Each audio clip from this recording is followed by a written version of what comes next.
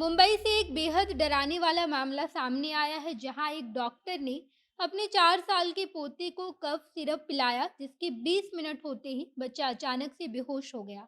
धीरे धीरे करके बच्चे का ब्लड प्रेशर और हार्ट बीट बंद होता जा रहा था और ये सब कुछ इस वजह से हो रहा था क्योंकि 4 साल के छोटे बच्चे ने कफ सिरप पी ली थी। अब आप सोचिए कि कफ सिरप कितना खतरनाक हो सकता है कि जिसके पीने से लोगों की जान भी जा सकती है।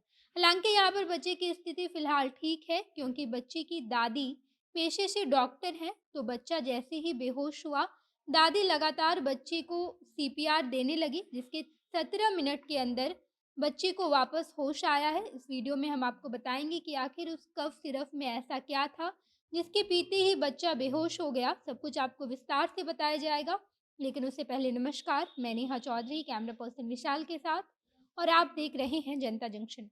मौजूदा का ये मामला मुंबई से सामने आया है जहां पर एक छोटा सा 4 साल का बच्चा कफ सिरप पीता है जिसके 20 मिनट के अंदर बच्चा बेहोश हो गया।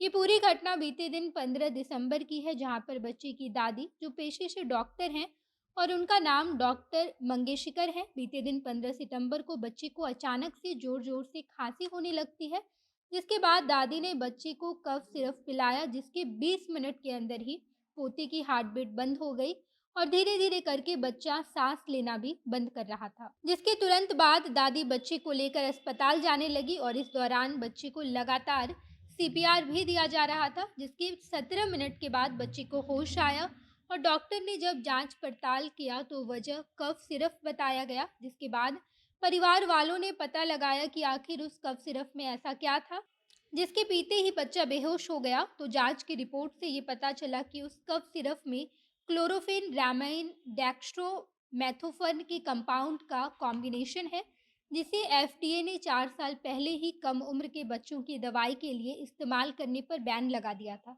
यानी कि 4 साल पहले ही एफडीए की तरफ से ये फैसला सुनाया गया था कि आप इस कंपाउंड को छोटे बच्चे की दवाइयों में इस्तेमाल नहीं करेंगे।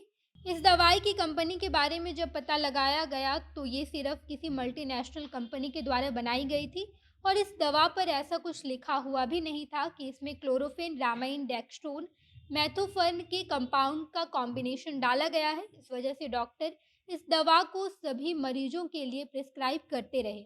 इस मामले के बाद कई सारे डॉक्टरों ने अपना बयान भी दिया है।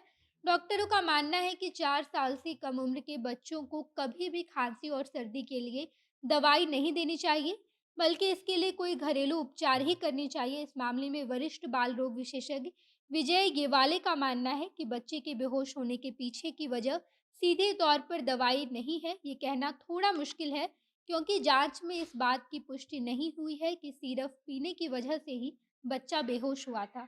बाकी विजय येवाले भारत सरकार के बाल चिकित्सा कोविड स्टाफ फोर्स के सदस्य भी रह चुके हैं।